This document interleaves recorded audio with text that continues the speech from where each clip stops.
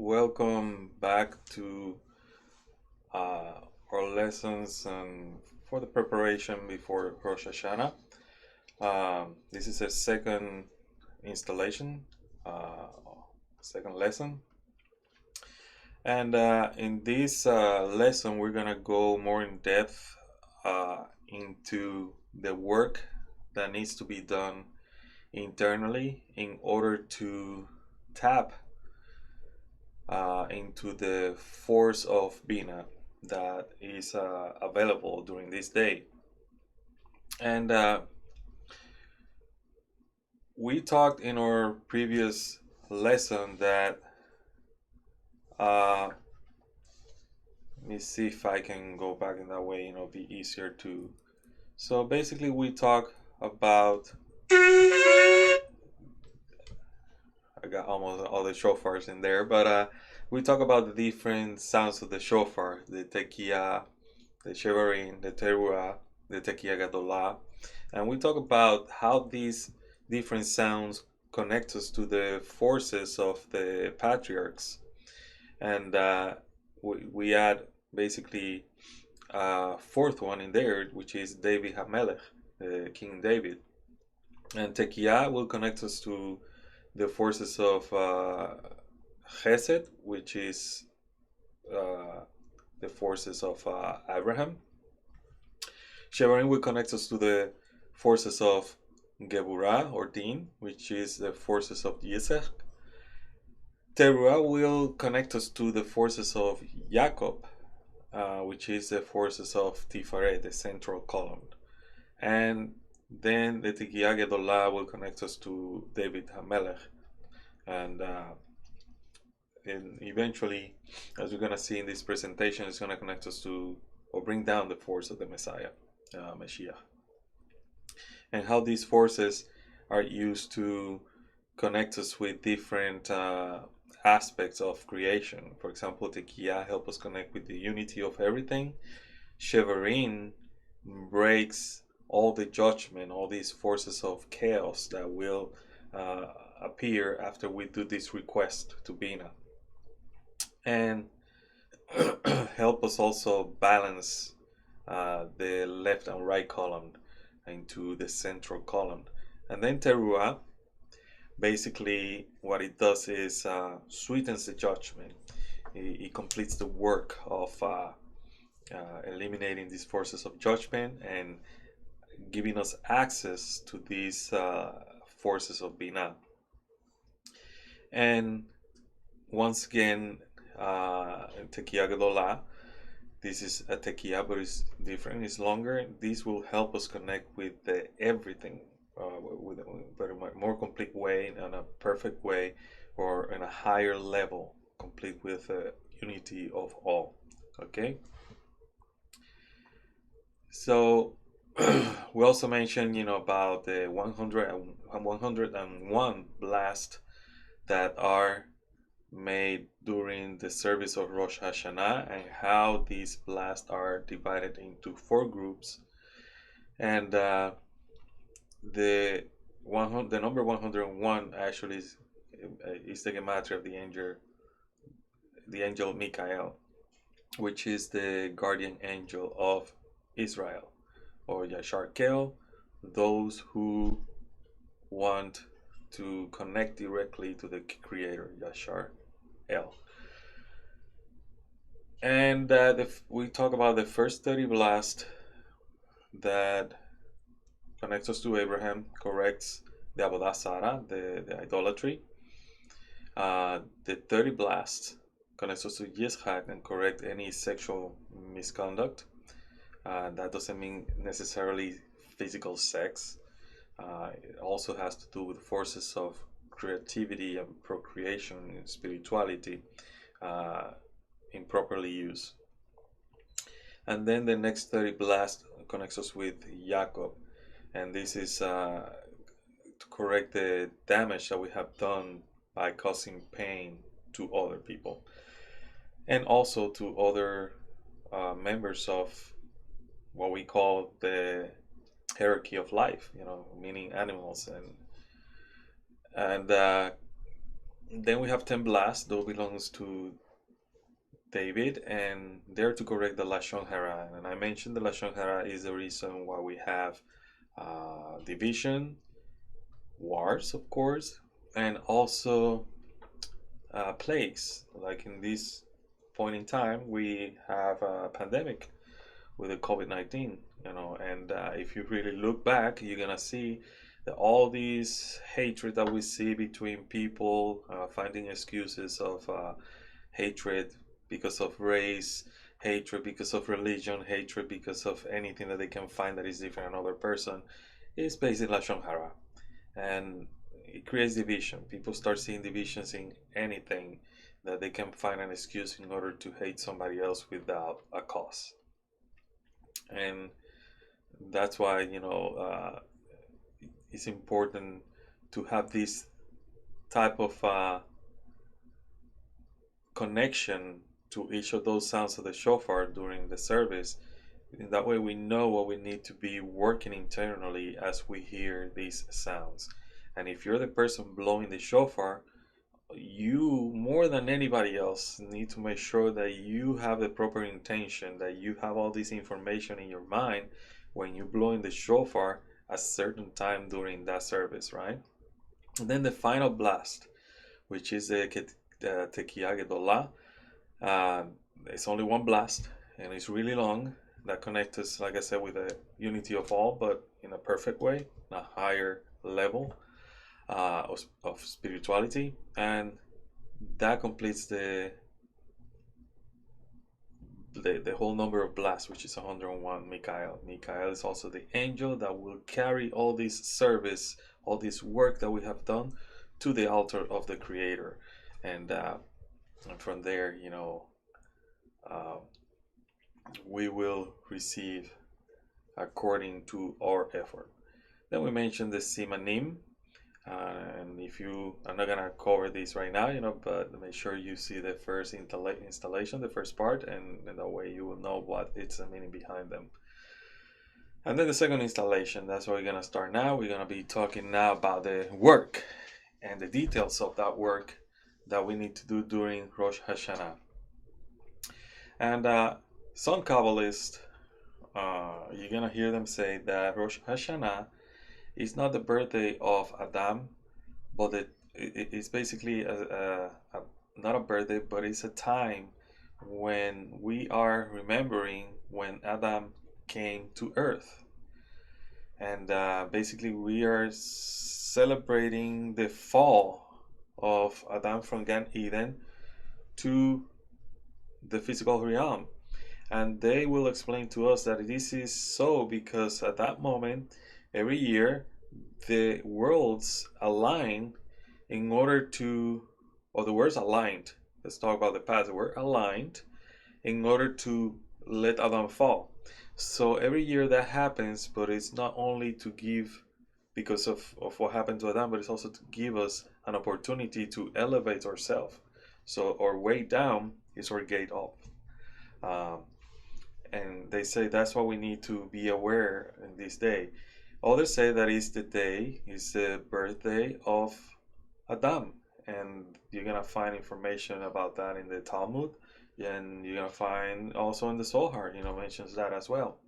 But these two opinions are basically, and I'm adding something personal here, kind of incomplete because when you look, you're gonna see that in reality, they're celebrating the same thing, right? The birth and the fall, because everything happened and basically in spiritual hours, not in all human hours of our space and time.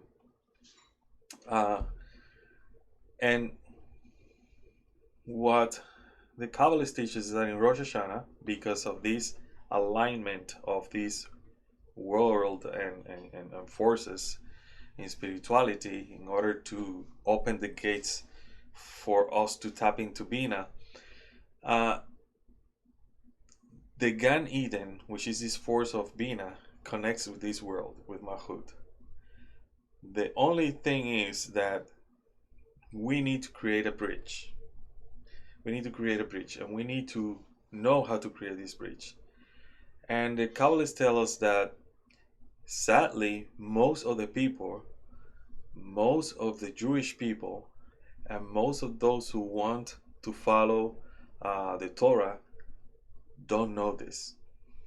And that's the mission of those who know this, to share it with those that know this, that don't know this, so they can know what to do during Rosh HaShanah, what Rosh HaShanah is all about. That Rosh HaShanah is not only about celebrating a new year and hoping that the next year is going to be sweeter or anything like that. It's about this work of creating this bridge between the lower and upper realm. What happened? What's happening is the following. Those who don't know how to connect these two realms, they will live in what we call in judgment during the next year. And that's basically most of us, right? The year will come with the influences of forces that are forces of din, forces of judgment. And these forces influence situations in the planet, situations in our personal life, and they will affect us somehow. But if we lower these packages, like I mentioned in the previous lesson, if we lower this software that will help us with this virus of our mind, that is negativity and all that kind of stuff, we will be able to see the light in each situation and work accordingly and raise ourselves, higher, instead of thinking that we're not going to advance or we're not getting anywhere in a new year. So those who can't create a bridge between Gan Eden, which is Bina, and this world, will live in a state of din and judgment. They will be suffering all the time. In Kabbalah, we teach that there's two paths. There's the path of light and the path of pain. And most people live through the path of pain, meaning they need to be poked in order for them to advance. But if you're living through the path of light, you don't need to be poked, pinched, or kicked, or anything. You don't need to suffer in order to advance. You advance because you want to advance. That's your spiritual call, right? Now, why do we need to connect with this force of Gan Eden? Gan Eden is the right brain. That's why we need to connect with it. We're connecting to the forces of our right brain.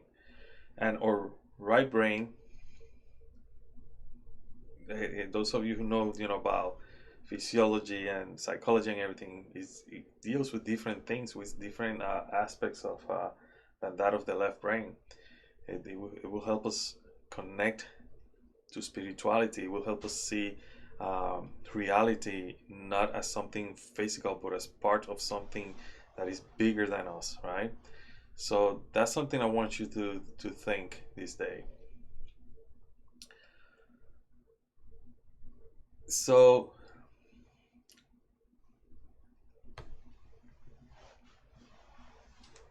we can be in this day or in the year that is coming, proactive or passive victims of these forces of judgment. And I'm gonna tell you what are these forces. So according to some Kabbalists, or most Kabbalists, specifically, from the Kabbalist that I learned, he used to explain it this way. Kabbalist from Spain, he used to explain it this way. There are forces, a lot of forces out there that are intelligent. These intelligent forces we have them in Kabbalah as intelligent forces that reside in the planets, in the 7 planets. And they're intelligent, but they don't have basically other mission than to do what they were programmed to do. So it's like an artificial intelligence that has limits. And because in creation, Man was basically the last thing that was created. The last thing that is created has more perfection and has power over everything else that was created. So, if according to the creation story, the angels were created before man, that means that man has somehow power over these forces that we call angels or malachim. So each planet has a malachim, right? A malach, an angel or angels. And these angels have a mission. They are watching humanity. And this is where you're gonna be now getting more interesting, or you're gonna see that this lesson get interesting. Because now we're gonna talk about forces and things and how they affect us and who are they, what are their names. But that means nothing, because all these forces, even though I'm talking in ways that it looks like we're talking about Jupiter, Mars, Venus, and all these planets, these forces are inside us. Okay, it's just the way the Kabbalists explained it is for us to better understand. But they also say that these forces, we have them affecting us in a form of electromagnetic forces, right? So back when they were talking about these forces, they didn't know the word electromagnetic. This word electromagnetic was created by science, right? So now we can use language of science in order to explain what the Kabbalists were talking in the past. So we have 7 planets that influence us here with electromagnetism, cosmic electromagnetism. And somehow these planets, according to their position, will mark a situation that will happen. So right now, with the technology that we have, before that, the astrologers used to calculate where the planets used to be and say in this year, in this month, something is going to happen. Now we have softwares that can do that for us, right? And astronomers, not astrologers, astronomers these days, they do the same thing. They know when the planet is going to be retrograde or things like that, and they let us know. But they don't believe that this is going to affect the Earth or those who live in the Earth in one way or another. The astrologers, they do. But if you have contact with Kabbalists who use astrology the proper way, not the Kabbalists that use astrology just for the sake of making money and making you come back to them for every decision that you're going to take in life. But the Kabbalists that want you to advance spiritually, they will tell you, yes, this thing affect us somehow. But just because the stars are pointing doesn't mean you're heading that way, because you have control over those forces, because those forces are angels. And humans have power over angels. And we do that through the 72 names of God, right? And that's a whole different lesson, a whole different. There's going to be a seminar about it. And we have power over them because we were created last. We were created with free will. We can choose. They cannot choose. Michael, even the angel Samael, they have a mission and they cannot change their mission. They cannot change their mind. Changing their mind will mean changing their name. So Raphael is the angel that heals. If he becomes a messenger, I think he will become Gabriel, right? So if Michael decides one day, I'm going, and I'm saying this is just, I'm saying, if there were humans, I'm gonna work against my boss, which is God, then he's not Michael anymore. He'll become, Samael. Uh, and Samael itself, which is an angel that we call it evil, in reality is not evil. That's the program. He cannot change his mission. That's who he is.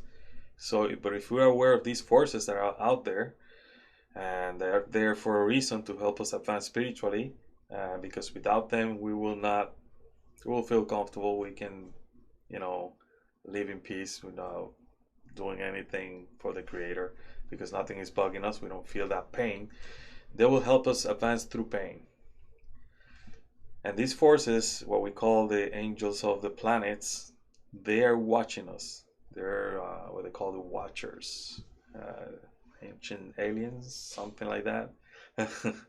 But it has nothing to do with that. It's not science fiction. It's not those crazy theories. This is these forces that affect us, and the Kabbalists identify these forces with 7 planets, which are all the 7 midot, 7 sephirot, and they are within us. We, or in ancient time, they used to identify them with planets because that was their way at that time. That was their context. They were, more connected with nature, so everything has to do with how they were seeing things in nature, right? So think about that. 7 planets out there, we have 7 planets inside. They're called 7 midot, 7 sephirot, 7 things that we need to fix within ourselves. And these forces within ourselves, they are constantly taking note of our actions. And in this day of judgment, this day of Yom Teruah, Rosh HaShanah, they present, I'm talking in a figurative way, they present to the Creator, this is what this person has done throughout the year. This person has done these good things, these bad things. And they're basically the forces of judgment. They're there to judge us. Our job is, because we know these forces are going to be working throughout the year, and it's not that they're working against us, they're there for our benefit. Remember, the Creator doesn't create bad things, He creates things for our own good. He's good that always does good. These forces are basically going to say, this is what happened through the year, this is what you're going to receive in exchange. Basically is a form of making tikkun. Tikkun means, to correct, to mend what you did. In other traditions, they call it karma. But the karma in those traditions is not the same as the tikkun in Judaism. A lot of people try to mix both, but it's very different, all right? And I'm not going to go into detail, just to make sure that when you hear a person talking about your karma this, it's not the same as tikkun. They're kind of like similar, but it's not the same. It's the same thing with reincarnation. The reincarnation in Kabbalah is different than reincarnation in, let's say, in the Hare Krishnas or Buddhism. We still believe, that the soul needs to come back, but in a different way than what they believe. Okay. However, if they believe in that, if we believe in that, it's for a reason. It's because it exists, right? So let's go back to the judgment. So these forces of judgments are there, but if we know how to connect ourselves properly with the forces of Gan Eden and download these programs, these packages that we need in order to survive these attacks during the year, or situations during the year that will make us otherwise miserable, we will use those situations in order to advance spiritually, okay? And eventually, because we're attracting the light spiritually towards us, we will find ourselves also in a situation in which we will feel no lack, okay? And we will talk about why. So Gan Eden is the right brain, and this world is the left brain, okay? So we're unifying two concepts or two forces that may be opposite to each other, and now we're trying to combine them and make a team of both of them in order for us to advance. And that's how we create that bridge, a bridge between these two forces in Rosh Hashanah. We can be proactive members of humanity and tap into the forces of Gan Eden and bring them to this world. Or we can be passive and just be victims. And also, by being victims of it, because we don't want to work, we don't want to get better as people, and not bring this light, we are also affecting humanity. So if, once again, in a figurative way, if God was a judge and He will ask you, so what do you do, say David, John, whoever, Ramon, what did you do last year in order to help humanity advance? And you go like, I don't know, watching YouTube. That's it. Do you take any class about spiritual advancement with people that I sent you so you can? And the person, you send me people? Yeah, you don't remember when you were 40 years old? I sent you this guy that he was talking to you about the Torah, and you were like, I'm not into religion, I'm not into spirituality, and that was your chance right there. You missed it, you know? And you're gonna be like, why? Because you were not aware, But if you're aware and you see the chance of that person coming to you and talking to you about Torah, right? And your soul is ready for it at that moment because you've been working, preparing yourself, and you have that lack of, I need the light of the Creator, you will immediately know, if this person was sent by the Creator, I better take advantage of that right now and do the best I can to advance. And maybe, like it happened to me, you start with one person studying Kabbalah, like in my case, Kabbalah with one person, one group, and then eventually it's not gonna be for you. You need some different type of way of learning because we're not the same, right? Every soul is born from a different root soul and in a different level. We don't know which level we are. We don't know which root soul we come from, but somehow during this temporary time that we have in this body, we find a teacher that will plant a seed, and eventually we need to grow our own spiritual tree. But our tree may not give fruit in the group that you are, and you might feel sometimes stuck in that group with just being a student, and that's it, and that's being passive, right? And you might need to go to a different teacher that will challenge you not to be passive but to be proactive. That happened to me, still continue happening to me. The path of spirituality is not a path that you will be, let's say, stable. There'll be a lot of ups and downs, and there'll be a lot of changes. And those changes you're gonna see when you look back, they were for the good. Even though at that time you were feeling bad because that was my first teacher, that was my first group, and I still love them, but I cannot go back there because I have a path, and my path wasn't started with them, but it wasn't to be with them all the time. And a lot of Kabbalah teachers will tell you that, you may start studying Kabbalah with me, but you might find another teacher that is more suited for you. So think about that.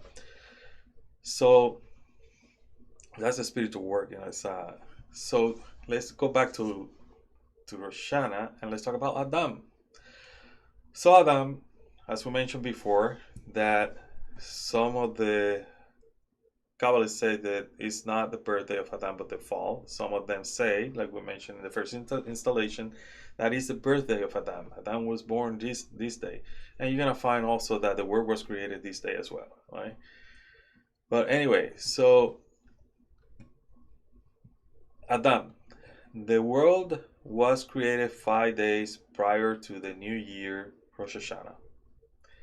Adam was created inside Gan Eden on the day of the new year, the 5th hour of the onset Friday. So we're talking about a Friday, the first day of the month of Tishri, which is Rosh Hashanah, right? And then we go, and what does this has to do with Adam being born and Adam being brought down, to earth? And that's when we go to the Pesikta de Rav the Pesikta de Rav Kahana, where it says it gives detail about the hours, right? You're not gonna see the 5th hour, but as we read this, you can understand what happened on each hour. Rabbi Eliezer thought the world was created on the 25th of Elul, right? This implies that Adam was created on Rosh HaShanah. In the first hour of that day, the idea arose in the divine mind to create humankind. Then, of course, On the fifth hour of the onset of the Friday, Adam was created inside where? Gan Eden, right? Then, this is happening in between here, right? Now, on the ninth hour, Adam and Eve were commanded not to eat of the tree of knowledge. In the 10th hour, they transgressed the commandment, and in the 11th hour, they were judged, and in the 12th, pardoned by the blessed Holy One, HaKadosh Baruch Hu. The HaKadosh Baruch Hu said to Adam, "This will be a sign for your descendants. Just as you stood before me in judgment on this day and were pardoned, so too will they stand before me to be judged on this day and be pardoned." So this is what we do on Rosh HaShanah. We stand before the Creator, and even though we're in judgment, we're asking for the forces of judgment to be sweetened, and for forgiveness. Basically, we're asking for forgiveness, and because the Creator, during the whole month of Elul, he's been trying to draw us closer to Him, because Elul stand for Ani letoti vetoti li, which is I am my beloved and my beloved is mine. He's trying to draw us basically closer with love and forgiveness, because love covers all or evil, all the things that you have broken during the last year. And this is what you need to keep in mind as we continue here. So let's continue talking about Adam. So Adam, using modern language, he was an alien to this world, living in Gan Eden. That doesn't mean, that he was from another planet, he came in a UFO or anything like that, right? So that didn't happen. Meaning he was not from this world. He was from Gan Eden, a different type of reality or spiritual level, if you want to call it that way. And because when he was living in Gan Eden, the gate of light was open to Adam, and he had everything he wanted in Gan Eden. And this is before the sin. But then, when the sin happens, he breaks into many pieces, 600,000 pieces, 600,000 root souls, and now he lack everything, because he need to correct. We need to correct Adam's mistake. So, like I mentioned in the first installation, because Adam was in Gan Eden, he had all the knowledge, all the vision of the world from one end to another, all the sciences, all the whole thing, everything was in him. All this sacred geometry, all these things, that we are now look as with amazement. Everything was in Adam. All of a sudden, everything was then broken, and now a person knows about sacred geometry. I don't know about sacred geometry. A person may know about Kabbalah. I may not know about Kabbalah, and if I know, I may know a little bit, and this person may know a lot. And it's because all this knowledge that Adam had in his mochin, in his brains, now is all over the place, right? He just broke into pieces. And what happened was the following. He broke into pieces, then he has, sons and daughters and all that. And then we as humans start feeling lack. So our lacks are fulfilled by the light, by uniting to the other parts of Adam, meaning humanity. So my lack in certain thing is complemented by what the other person has. The other person's lack is complemented by what I have. So if we look at each other as basically complements, as people that we basically, I don't need to know everything. If another person can contribute to what I have right now. We put together these puzzles of knowledge and make a whole thing better, right? And it's the same thing with our soul. Our souls are broken, so my soul might be from a different level, might be from a different root soul. But if I start connecting with other human beings, these other human beings might be from a different root soul, a different level as well from each of those root soul. Each of those root soul have different levels as well. But eventually, this whole puzzle called Adam Harishon will come together. The collective soul will start healing, and we will correct the sin. We have already started the process. The force is out there, the tools are out there, and they were put there by 3 people that came to this planet, and they were the embodiments of these forces, and they did everything that they could in order to leave not only a living legacy, but a spiritual legacy that we can tap into. The only problem is that even though we mention these names daily in our prayers, we don't understand why we say these names in our prayers every day.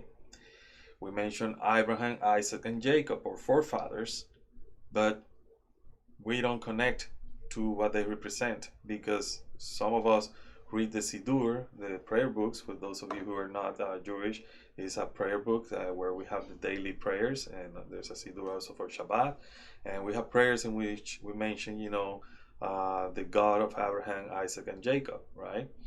And it's always mentioned, our forefathers in there.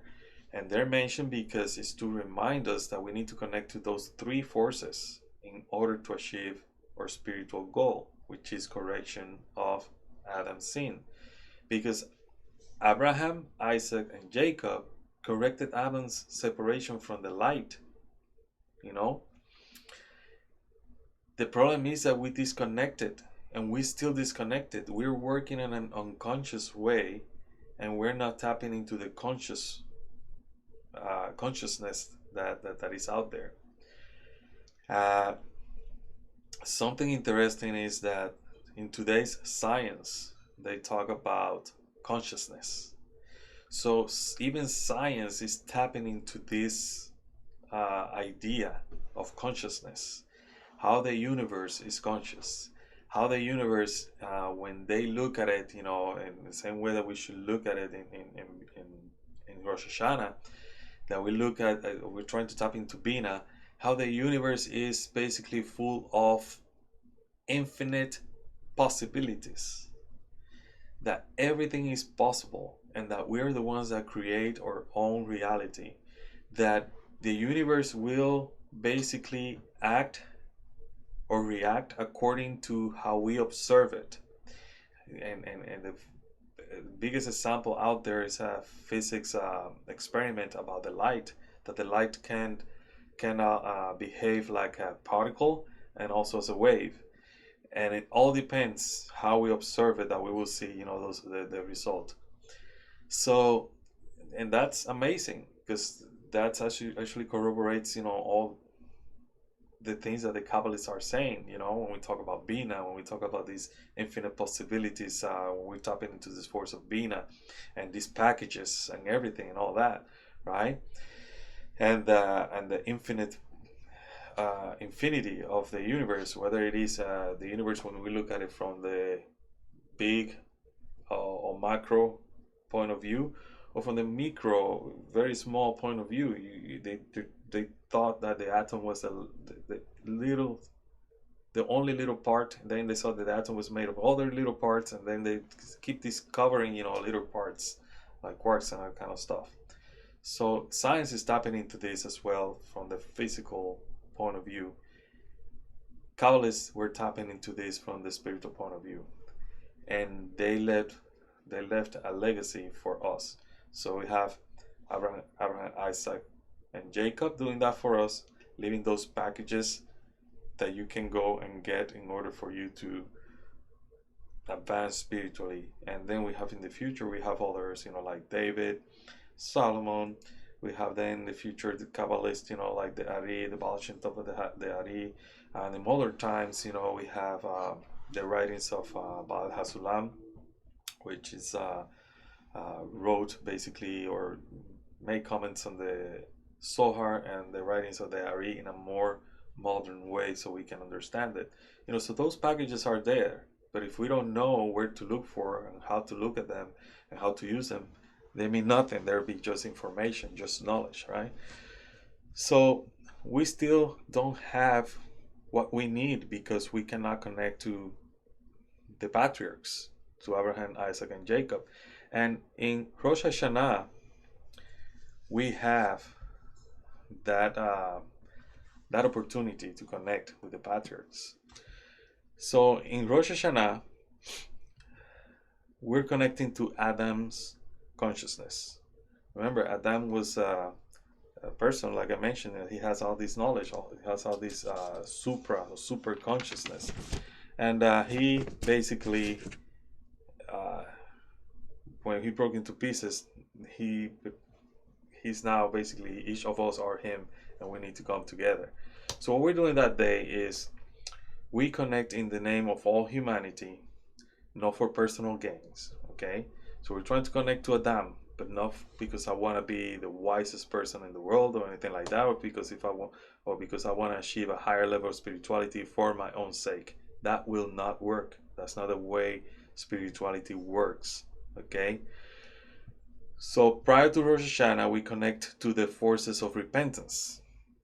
As I mentioned, the month of Elul, that's what we do. As Elul, the Creator is trying to bring us closer to Him through love, right? Even though we're in judgment. And we perform Teshuvah. And Teshuvah, the word Teshuvah, which translates into repentance, can be also read as Teshuv Hey, meaning returning the lower Hey, Mahut, back to the first Hey of the name Yohevah. So basically, what we're doing is elevating Mahut all the way to Vina.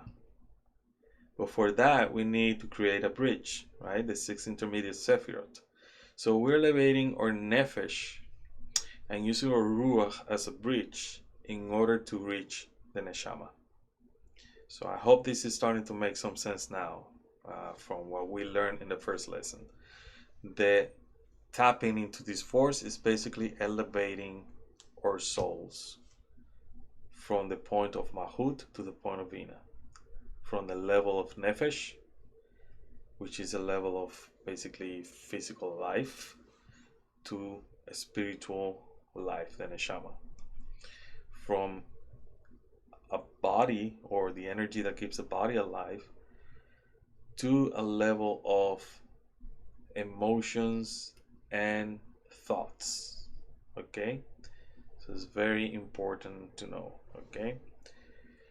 Now, there are tools and techniques for connection with this Adam consciousness.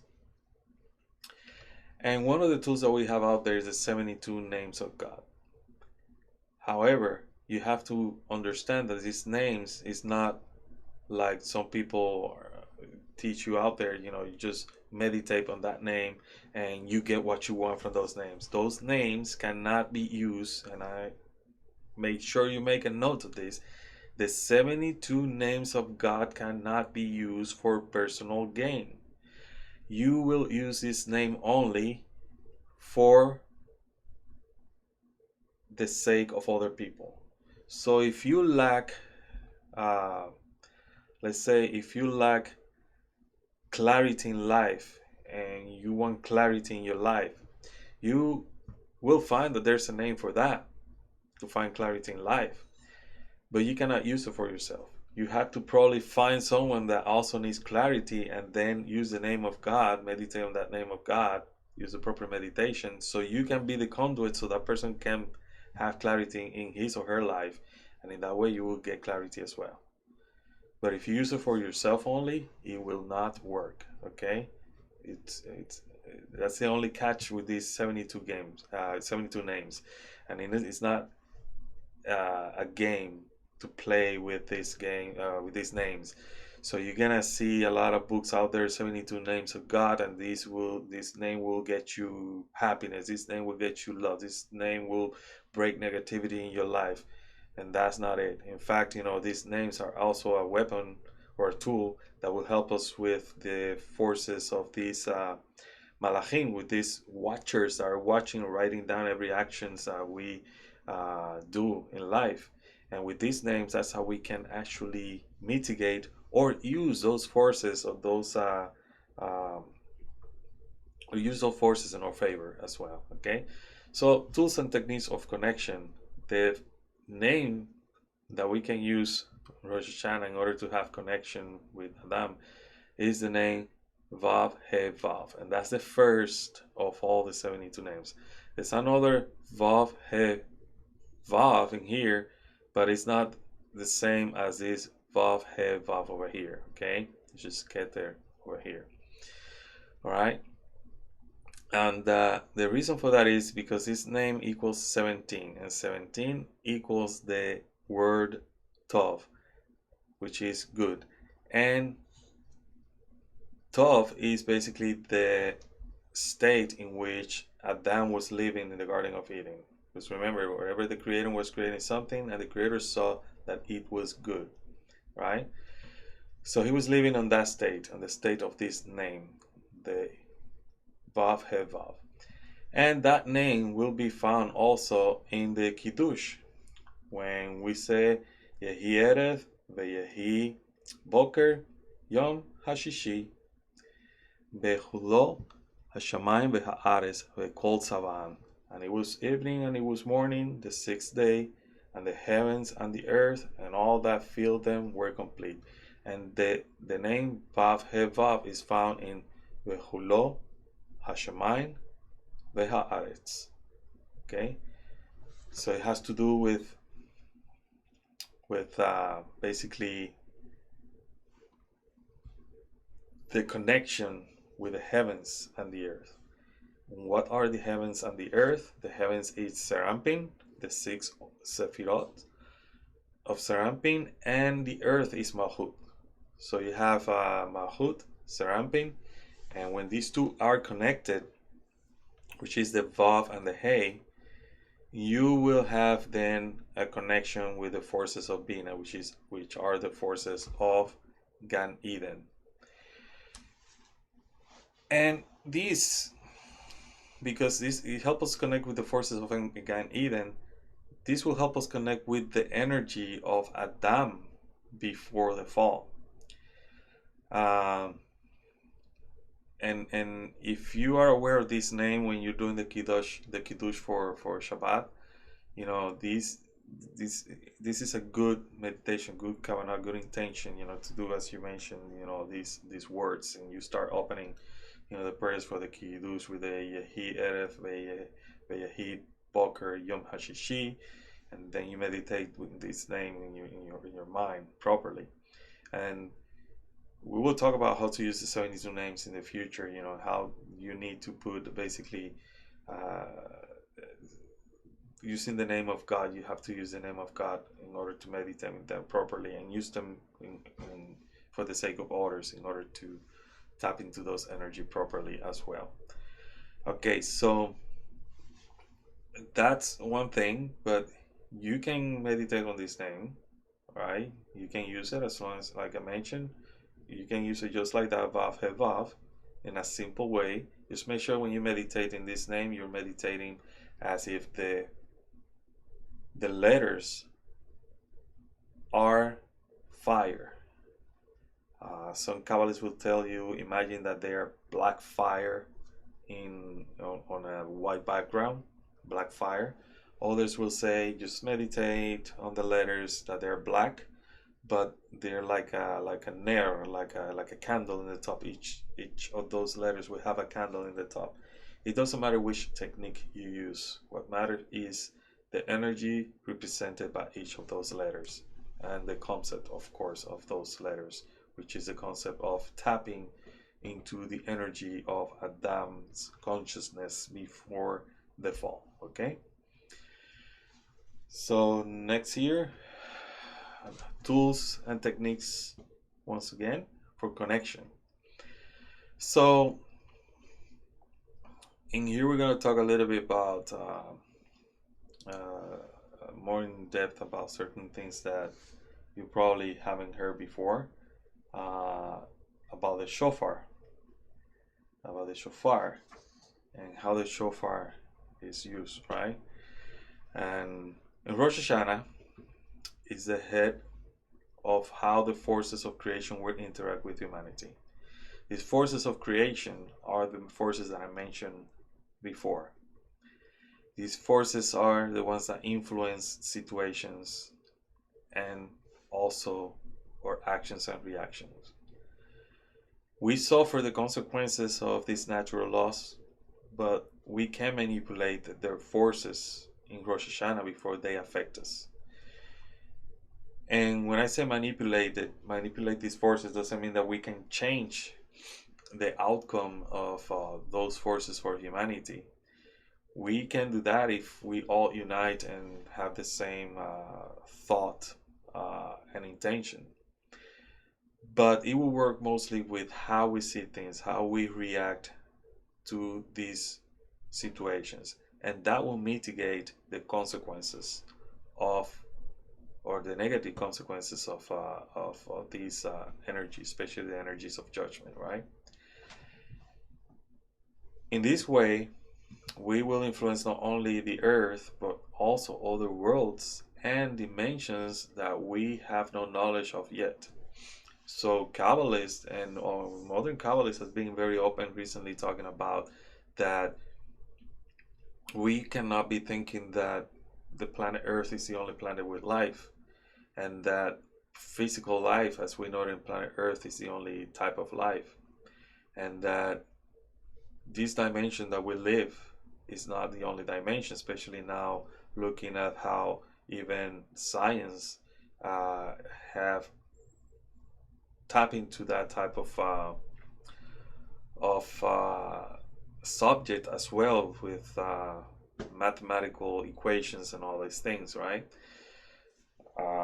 So when we do our job here as human beings, we might be helping also other beings in the universe that we don't know that they exist, and we don't know what type of spiritual development they have or anything like that.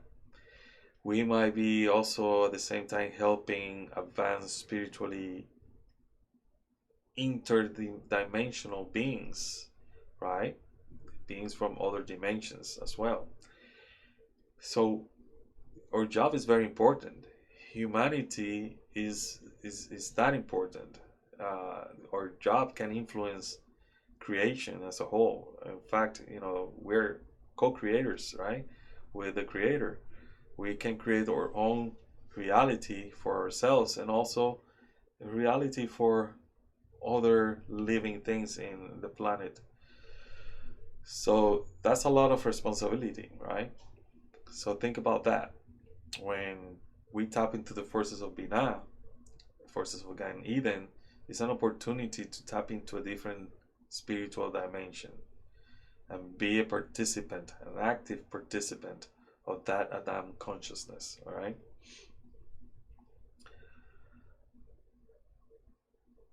So in these days, because there are 2 days, right, Rosh Hashanah, we receive packages of energy, as I mentioned before, or we download different types of software, so we can, whenever a virus start affecting us, we can contrarrest that virus.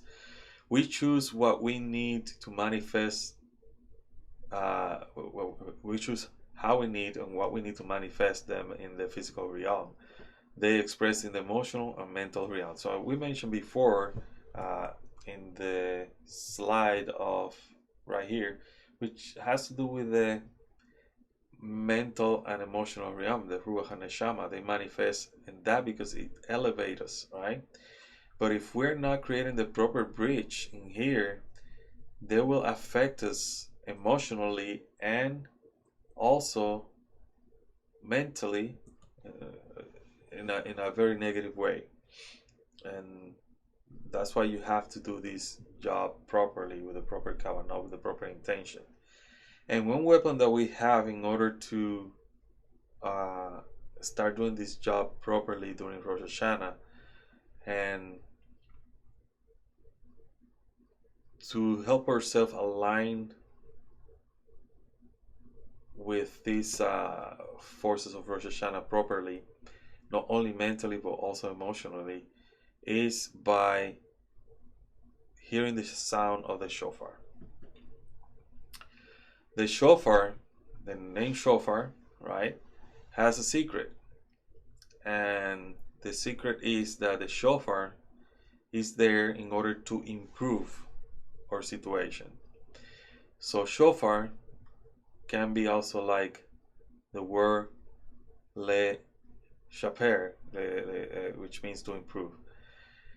The person that blows the shofar, the Baal Tekiah, needs to have the proper kavanah.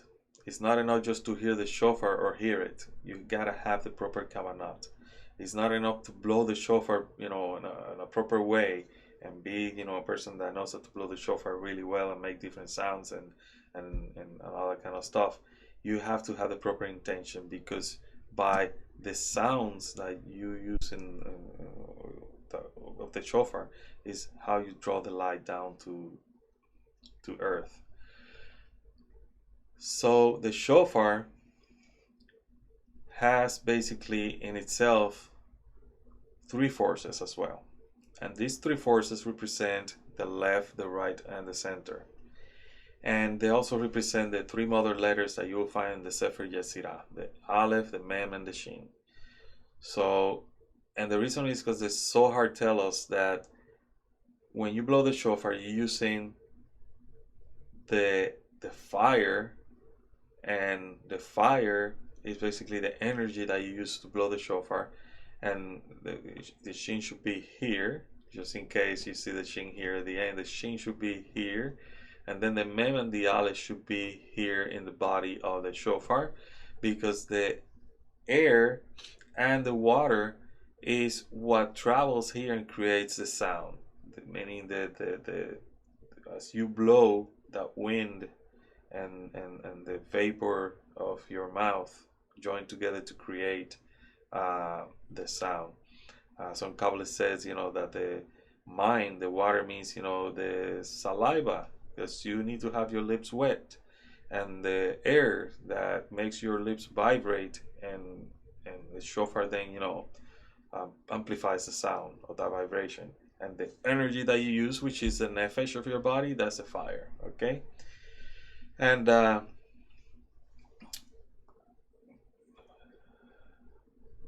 make sure. Okay, so we're gonna go to the next slide after we read from the Zohar. We're gonna read from the Zohar, specifically from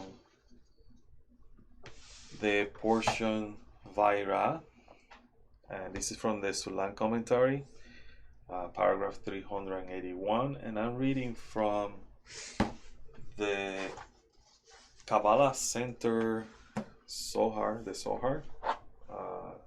For those of you that have it, there are different editions out there, but they basically follow the same. It's volume 3. Really nice Zohar for those of you who are studying Kabbalah and are interested. For those of you who are interested in the Sulam commentary, this is a very nice introduction to the Zohar, but also advanced, because he did a good job, Michael Bergen, to putting these together and making the commentaries of Hasulam simple, but at the same time deep enough for everybody to understand. Once again, I don't belong to the Kabbalah Center or anything like that. I have nothing to do with them. I'm just saying, this is a good Zohar. If you want to have one, I encourage you to get one. I have mine for many years already. It's gonna be 18 years since I got my Zohar. Okay, so Vaira, paragraph 381. Come and behold, the same applies for Rosh HaShanah and Yom HaKippur, when judgment hovers over the world and the Satan is there to prosecute. The children of Israel should be aroused by the shofar to create a voice, also sound, that is a combination of water, fire, and wind, which are Chesed, Geburah, and Tifaret. Remember Chesed, Geburah, and Tifaret? That's the Abraham, Isaac, and Jacob, which become one in it and sound, because which become one in it and sound that voice from within the shofar. Then on 382, and this voice rises up to the throne of judgment, strikes it, and rises further. And after this voice has reached above, then the voice of Jacob is established on high, and the Holy One, blessed he, is aroused with mercy. Just as Israel uses the shofar to release a voice from below, which includes fire, water, and air, so a voice is released from on high, from the supernal shofar, which is Bina. The power to blow the shofar is fire, and the voice is formed by the air. The air is mingled with sweat and hot breath, which are the secret of water. And these arouse the three upper columns of Bina, from where the mochin, the brains, are drawn down to Serampin and Malchut. And this voice, which consists of fire, water, and air, and has risen from below, it is established and appears from below, and another appears from above. So the world, which is Malchut, is established, and mercy prevail. So right here, basically, is telling us that the shofar is kind of like a weapon against judgment, and it's a weapon against judgment because it's used to arouse the lower ones. The lower ones are us. The lower ones are those of us who want to connect with it or want to awaken the valve that is sleeping. And in order to create a breach, we need to make sure we awaken this valve. And like it says, that's basically the secret of the Aleph, Mem, and Shin and how they work inside the shofar. Basically using the same forces that we will find in the blowings of the shofar, which belong to Abraham, Isaac, and Jacob, and then the last one, which is the long tekiah, which is David. But at least those three forces are there. And if you have the intention, the proper intention, you meditate on that, you're using these three forces, that you're tapping into these three forces of these three patriarchs that did the job that they needed to do in order to correct Adam's sin, we will have an advantage. We will have the proper connection with what Rosh Hashanah is all about and what the shofar is used for. So we have a lot more to cover. Like I mentioned in the beginning, this was gonna be preparation for Rosh Hashanah, and probably this was gonna take more than one or more than two sessions. It looks like it's gonna be 3 sessions. So I hope you have taken your notes. Also, I mentioned before that these whole presentations that I'm using Um, they're gonna be available in the website www.receivingtheupperlight.com in a form of PDF, so you can have it as a resource as you see these teachings. You can go through them as well. You can print it out and have your notes. And if you have any questions or anything like that, you can post them through the contact page in www.receivingtheupperlight.com. You can also post questions in the Facebook group if you belong to the Facebook group. And if you don't belong to the Facebook group, make sure you go and ask to join. There's some stuff that I post there that I don't post to anybody else. It's only for that private group. And also, if you have a question, you also can post it on the YouTube channel. And I try my best to answer the question as soon as I can, hopefully before Rosh HaShanah, right? So this is the end of this second installation. We have a third part, and we're going to continue with the shofar secrets. And from there, we're going to see how there's what kind of forces we're fighting throughout the year, and how the shofar can help us be aware and conscious about not only what we're doing and also about our actions. So I'll see you in the third part. I hope you have enjoyed this class, and shalom. I'll see you later.